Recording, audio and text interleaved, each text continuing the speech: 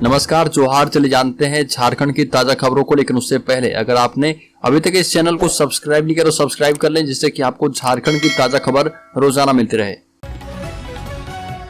सबसे पहली बड़ी खबर, टेट पास पारा शिक्षकों का आंदोलन शुरू। वेतनमान की मांग को लेकर विधानसभा के समक्ष अनशन। टेट पास पारा शिक्षकों ने वेतनमान की मांग को लेकर विधानसभा के सामने अनशन शुरू कर दिया है। ये लोग सरकार पर वादा खिलाफी का आरोप लगा रहे। वेतनमान की मांग को लेकर टेट पास पारा शिक्षकों का आंदोलन शुरू है। मानसून सत्र के दौरान झारखंड विधानसभा के समक्ष अनशन पर बैठे टेट पास पारा शिक्षकों ने एक बार फिर से सरकार पर ठगने का आरोप लगाते हुए आने वाले समय में आंदोलन तेज करने की धमकी दी है। टेट पास सहायक अध्यापक संघ के प्रदेश संरक्षक प्रमोद कुमार ने हाल ही में जेएसएससी के द्वारा निकाले गए 26,000 सहायक आचार्य के विज्ञापन में बड़े पैमाने पर त्रुटि होने का आरोप लगाते हुए इसे पारा शिक्षकों के साथ धोखाधड़ी बताया है।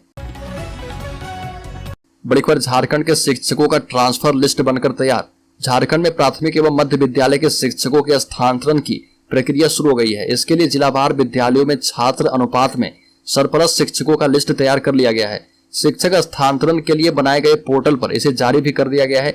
राज्य के विभिन्न शिक्षक संगठनों ने इस पर विरोध जताया है। शिक्षकों का कहना है कि इसमें काफी गड़बड़ी है। कक्षा 1 से 5 एवं 6 से 8 के लिए शिक्षकों की गणना में विसंगति है। जिन विद्यालयों में पिछले वर्ष सहायक आचार्य का पद सृजित किया गया है, उन पदों को भी सरप्लस बताया जा रहा। इन पदों पर पूर्व से कार्यरत शिक्षकों के स्थानांतरण की बात कही जा रही है। बड़ी खबर, सुभाष मुंडा के परिजनों से मिले मंत्री मिथिलेश ठाकुर ने कहा कि परिजनों को मिलेगा न्याय। झारखंड के पेयजल एवं स्वच्छता मंत्री मिथिलेश कुमार ठाकुर, विधायक विकास मुंडा एवं राजेश कच्छप की दोपहर राज्य के नगड़ी स्थित दलादली गांव पहुंचे और सीपीएम के दिवंगत नेता सुभाष मुंडा के परिजनों से मुलाकात की और इस दौरान उन्हें श्रद्धांजलि अर्पित की गई। मंत्री मिथिलेश ठाकुर ने दिवंगत सुभाष मुंडा के पिता लालू मुंडा, माता एवं परिवार के अन्य सदस्यों से बातचीत करके घटना की पूरी जानकारी ली।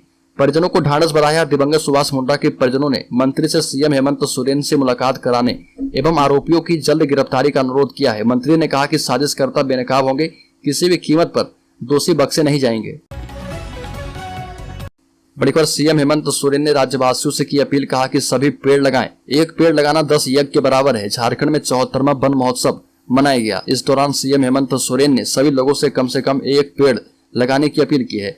झारखंड विधानसभा परिसर में 74वें वन महोत्सव के मौके पर मुख्यमंत्री ने आम का पेड़ लगाकर इसकी शुरुआत कर दी है। इस दौरान उन्होंने कहा कि एक पेड़ लगाना 10 यज्ञ के पुण्य के बराबर है।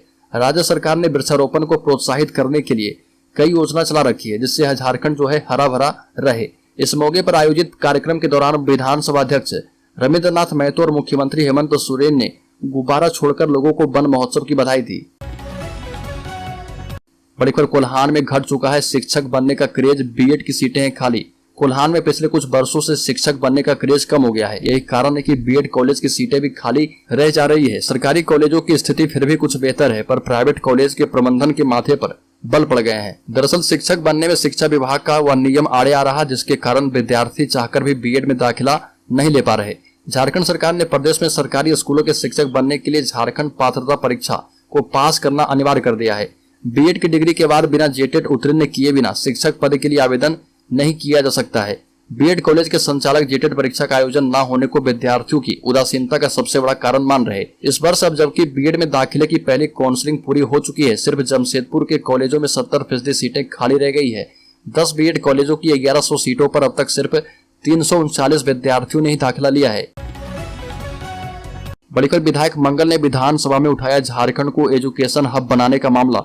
झारखंड विधानसभा के मानसून सत्र में शून्यकाल के दौरान जुगसलाई के विधायक मंगल कालिंदी ने जमशेदपुर को एजुकेशन हब बनाने की मांग की और कहा कि झारखंड के लाखों छात्र छात्राएं 12वीं पास करने के बाद इंजीनियरिंग, मेडिकल एवं अन्य उच्च शिक्षा प्राप्त करने के लिए दूसरे राज्य में पलायन करते हैं। इससे राज्य का राजस्व की हानि एवं प्रतिभा पलायन हो रहा। झारखंड में एजुकेशन हब होने एवं प्रतिभा पलायन रोकने से राजस्व प्राप्ति के साथ साथ रोजगार सृजन भी हो पाएगा।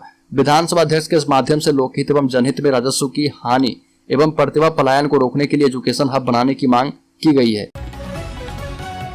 बड़ी खबर, मुख्यमंत्री और मंत्रियों के खिलाफ अमर्यादित भाषा का किया गया इस्तेमाल। गढ़वा का यूट्यूबर गिरफ्तार।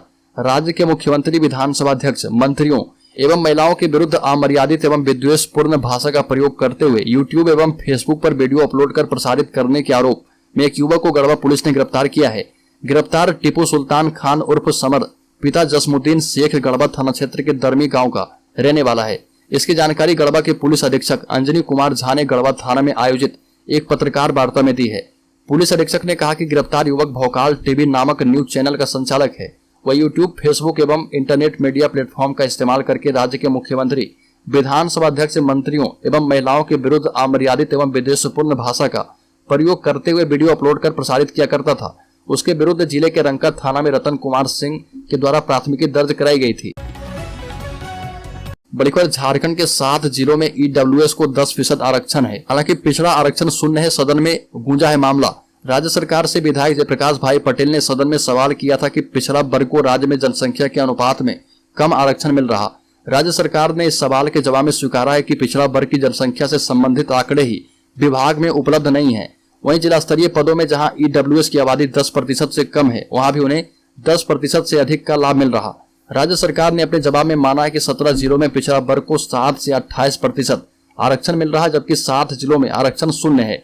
राज्य सरकार ने विधायक जयप्रकाश भाई पटेल और लंबोदर महतो के सवाल पर सदन में बताया कि झारखंड पदों एवं सेवाओं की रिक्तियों में आरक्षण संशोधन विधेयक 2022 पारित हुआ तो आरक्षण बढ़ेगा। इस संशोधन विधेयक के जरिए अनुसूचित जाति को 12%, अनुसूचित जनजाति को 28%, अत्यंत पिछड़ा वर्ग को 15%, पिछड़ा वर्ग को 12% एवं आर्थिक रूप से कमजोर वर्ग को 10% आरक्षण मिलेगा। अतः कुल 77% सीटें रिक्तियों में आरक्षित रहेगी। बड़ी खबर, झारखंड के गुमला जिले के विभिन्न क्षेत्रों में खेती के लायक बारिश नहीं होने से किसान चिंता में हैं। लोग ईश्वर से प्रार्थना कर रहे। सबसे बुरा हाल पहाड़ एवं जंगलों में बसे गाँव का है, जहाँ खेत में बिचड़ा तो लग गया है, लेकिन बारिश नहीं होने से बिचड़ा सूखने लगा है। यहाँ तक कि बिचड़ा लगाए खेत में दरार पड़ने लगी है। अभी भी खेत बेजान एवं सूखे नजर आ रहे। गुमला में कुछ खेत जहाँ पर पानी जमा है, वहाँ कुछ किसानों ने धान रोपनी की है, परंतु अभी भी 90% किसान बारिश की आस में है। मानसून की बेरुखी से गरीब किसान काफी परेशान है। अभी तक अच्छी बारिश नहीं हुई। गरीब किसान धान रोपाई नहीं कर पा रहे हैं। सभी किसान अपने अपने खेत तैयार कर लिए हैं। किसान शहर जाकर बीज भी खरीद कर लाए हैं, लेकिन पानी नहीं आ रहा। बड़ी खबर, कमरे में अकेली थी आदिवासी छात्रा, पड़ोसी ने घुसकर किया दुष्कर्म, जान से मारने की धमकी।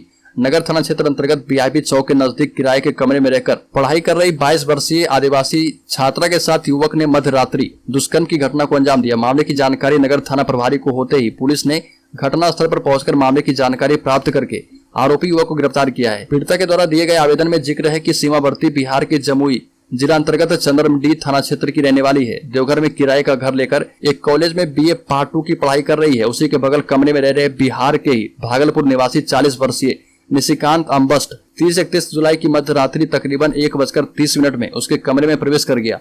युवती अचानक कमरे में उसे देखकर डर गई। चिल्लाना शुरू करने पर आरोपी ने उसका मुंह बंद करके जबरन दुष्कर्म की घटना को अंजाम दिया। दुष्कर्म के दौरान युवती ने आरोपी के एक हाथ में दांत से काटकर जख्मी भी कर दिया। आरोपी के दुष्कर्म के पश्चात आरोपी ने उसे जान से मारने की धमकी दी।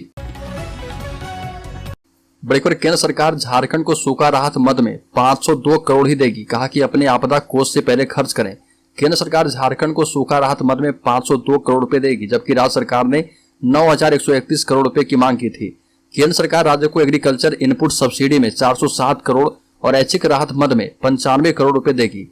राज्य सरकार ने बीते वर्ष खरीफ की फसल के समय बारिश नहीं होने के कारण 22 जिलों के 226 प्रखंडों को सूखाग्रस्त घोषित किया था। सरकार ने इसकी सूचना अक्टूबर में केंद्र सरकार को दी थी। भारत सरकार ने राज्य को भेजे पत्र में कहा कि आपदा की स्थिति में राज्य सरकार अपने आपदा फंड से खर्च कर सकती है। अगर राज्य सरकार वर्ष 2022 से सूखे में खर्च करना चाहती है तो इसके लिए समुचित राशि राज्य आपदा रिलीफ फंड में जमा है। राज्य के आपदा फंड में करीब 3,000 करोड़ रुपए रहते हैं। बड़ी खबर, देवघर में खुलेगा सेंट्रल यूनिवर्सिटी, राज्य सरकार से होगी बात, केंद्रीय शिक्षा मंत्री का आश्वासन। राष्ट्रीय नई शिक्षा नीति के तहत शिक्षा के क्षेत्र में आकांक्षी जिलों में संताल परगना को भी शामिल किया गया है। लोकसभा में गोड्डा सांसद डॉक्टर निशिकांत दुबे की मांग पर केंद्र सरकार प्रधानमंत्री उच्चतर शिक्षण अभियान के तहत संताल परगना के 6 जिले सहित गिरिडीह और कोडरमा को मिलाकर एक सेंट्रल यूनिवर्सिटी खोलने पर विचार कर रही है। अगर सब कुछ ठीक ठाक रहा तो संताल परगना सहित गिरिडीह एवं कोडरमा के सेंटर में पड़ने वाला जिला देवघर में सेंट्रल यूनिवर्सिटी खुल सकता है। बड़ी खबर, कांग्रेस एमएलए इरफान अंसारी का विवादित बयान। जामताड़ा से कांग्रेस विधायक इरफान अंसारी का हिंदू वोटरों के प्रति एक विवादित बयान सामने आया। इरफान अंसारी हिंदू वोटरों को बेइज्जत करते हुए नजर आ रहे। इरफान अंसारी हिंदू वोटरों से कह रहे कि अगर आप लोग हमें वोट नहीं भी दोगे तो भी मैं चुनाव जीत जाऊंगा। इरफान अंसारी के विवादित बयान का वीडियो झारखंड के बीजेपी अध्यक्ष बाबूलाल मरांडी ने ट्विटर पर ट्वीट किया है और मरांडी ने इरफान अंसारी पर हिंदू वोटरों का अपमान करने हिंदुओं की भावनाओं को ठेस पहुंचाने का आरोप लगाया। बड़ी खबर मानसून सत्र के दूसरे दिन अल्पसूचित प्रश्नकाल में माले विधायक विनोद कुमार सिंह ने गृह कार्य और आपदा प्रबंधन विभाग से पूछा कि साल 2022 में महिला अत्याचार से संबंधित 2366 ट्रायल फेल हो गए हैं, 2662 आरोपी बरी हो गए, दुष्कर्म और पॉक्सो में सजा की दर 25% से कम है। उन्होंने राज्य के 90% थानों में एक भी महिला दरोगा पदस्थापित नहीं होने का भी मुद्दा उठाया। सरकार की ओर से जवाब आया कि साल 2022 में महिला अत्याचार से संबंधित 1330 कांडों का न्यायालय में ट्रायल किया गया है। इसमें 579 लोगों को सजा सुनाई गई। 315 मुकदमों में अभियुक्त दोषमुक्त किए गए, जिनकी संख्या 1561 है। राज्य में 564 थाने हैं, इनमें से 187 थानों में महिला दरोगा है। बड़ी खबर सहायक आचार्य नियुक्ति मामले में झारखंड कर्मचारी चयन आयोग की ओर से नियुक्ति के लिए निकाले गए विज्ञापन पर झारखंड राज्य उर्दू शिक्षक संघ ने जताई आपत्ति। झारखंड कर्मचारी चयन आयोग के द्वारा सहायक अध्यापक नियुक्ति के लिए निकाले गए विज्ञापन में उर्दू, बांग्ला, उड़िया एवं संस्कृत को मातृभाषा के प्रथम पत्र में शामिल नहीं किए जाने का विरोध शुरू हो गया है। झारखंड राज्य उर्दू शिक्षक संघ के महासचिव आमीन अहमद ने कहा कि जेएसएससी के द्वारा इंटर प्रशिक्षित सहायक आचार्य नियुक्ति के लिए निकाले गए विज्ञापन में परीक्षा के पत्र 1 में उर्दू, बांग्ला, संस्कृत एवं उड़िया को शामिल नहीं किया गया है। इससे परीक्षा में उपरोक्त चारों भाषा को मातृभाषा के तौर पर रखने वाले अभ्यर्थी आवेदन नहीं कर पाएंगे।